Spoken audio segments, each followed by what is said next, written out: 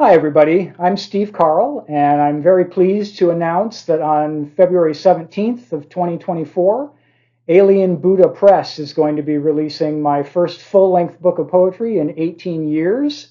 It's called Hypnopompic Diaries, books 1 and 2. Here's a copy of it.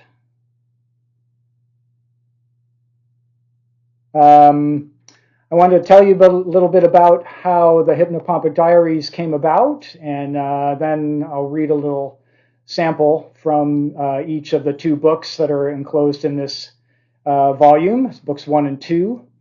The Hypnopompic Diaries came about as a response to a several years long bout with writer's block that I had, the dreaded blank page syndrome. And I sort of determined that the problem was that for me to be writing at my optimum capacity, I need my editorial and left brain and analytical side to be in balance with my sort of right brain and creative side. And the left brain was overwhelming the creative side of my brain by encroaching on the process too soon and with too much vigor. And it was intimidating the creative side, so that I was suffering a kind of paralysis of the creative urge. So I was looking for ways to tilt the balance back over to the right-hand side, and it occurred to me that the dreaming part of my brain doesn't seem to suffer that sort of problem. So I was trying to find a way to get the right brain more involved in the process, the sort of dreaming side, and it didn't seem too practical to learn to write in my sleep. So I sort of picked the next best point that I could find, which is that transition period between waking and between dreaming and waking. That part where you're technically awake, but before you've had that first cup of coffee or that hot shower or whatever it is that brings you fully awake in the morning. So I decided to put a pad of paper and a pen next to my bed, and on any morning when it was possible, as soon as I woke up, I would start writing improvisationally, and just trying to write until the left side of the brain came fully awake and started blathering and stopping the process.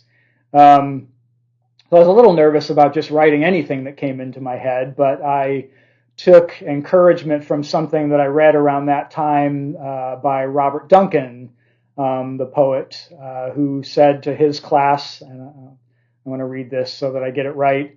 He says, "I work with the word that comes up for me, not what you think you have to say, not what you thought you felt. You go with the word that comes first. If it comes to you, it's your business to deal with it."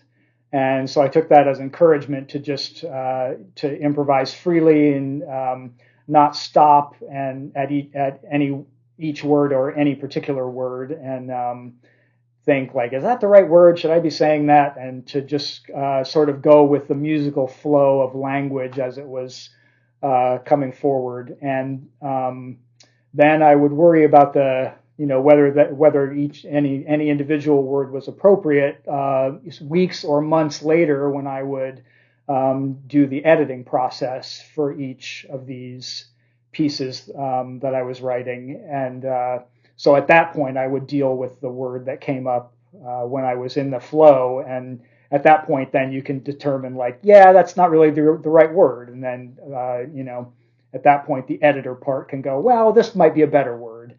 And so I was editing the pieces, but I would try to retain that musical flow and that sort of dream syntax and logic that comes from that creative side. So I started to think of these as diary entries from that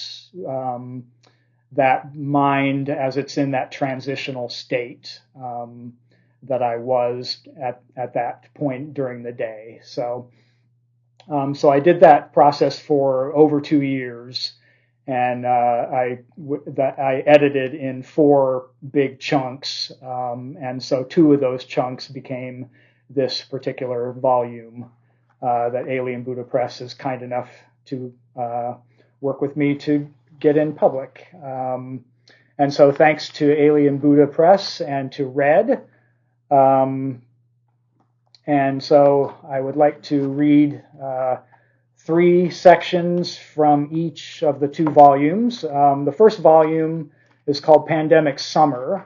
That was the chunk that was written between June of 2020, when the pandemic was in full swing, and September of that year.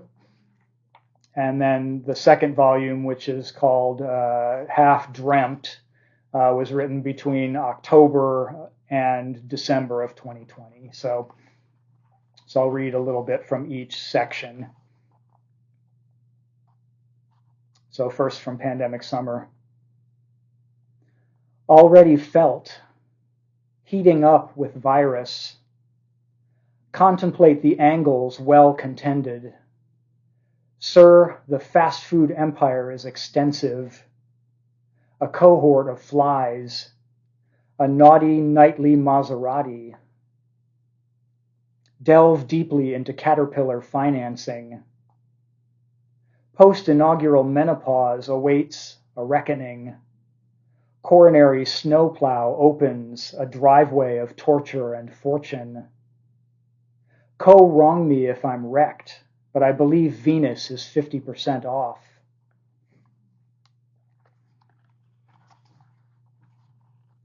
A grab bag of lucid atrocities, lighting up the screens, lurid as junk mail and uncoiling contagion. Separate monologue riffs, deluge, delusional, invite arrives into emptied mind.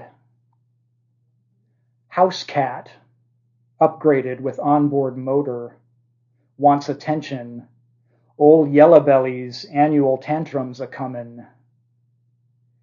Equilibrium drifts. Will the yoke kick in to recalibrate?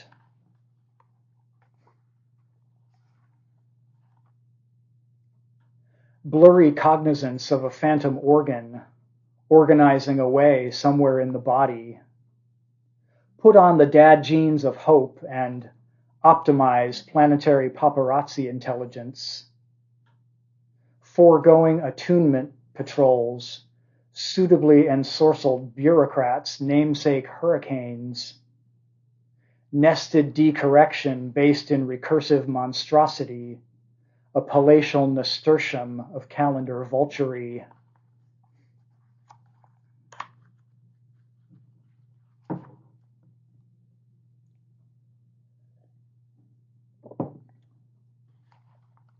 And then 3 pieces from Half Dreamt. By the time of Half Dreamt, I was putting dates on the poems, so I'll read those as I go. October 11, 2020. Inadvertently stapled vein decorations. The elf practitioner pricks up his ears. Annual nullifier of death celebrated. The possible capstone of prodigy is connectedness, rhetorical, magnetically attracted to, flourish, shaken, not baked, birded, and bead.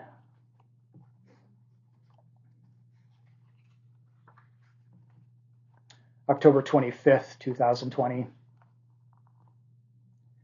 Generate pentathlon repartee mandalas. Overtly pasteurized molt modeling sweeps through moldering Senate majority. Arrested progress, dynamic incantatory welcome mat, gigantic abstention infusions corrected. Misnomer where gnomic contributor insinuates inebriation. Papal conniption uptake renovates an embattled monarchy, serving loaded blessing regrets, apparently peninsula-wide.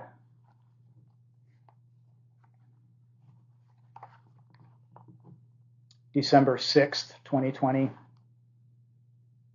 A marginal epithet skewers alterity. The vacillator's tontine encourages modular compliance until one's left with one left. Rejection particles infect appraisal. Ruinous fortitude acceptable. The maudlin power play vacates the premise. Courage transmission insists on relative optimization. Crows deceptively while the uncanny makeshift oozes its sinewy insinuation. So thank you for watching this video, and I hope you head over to Amazon and check out Hypnopompic Diaries. Very much appreciative to Red and Alien Buddha Press and you. Thank you very much.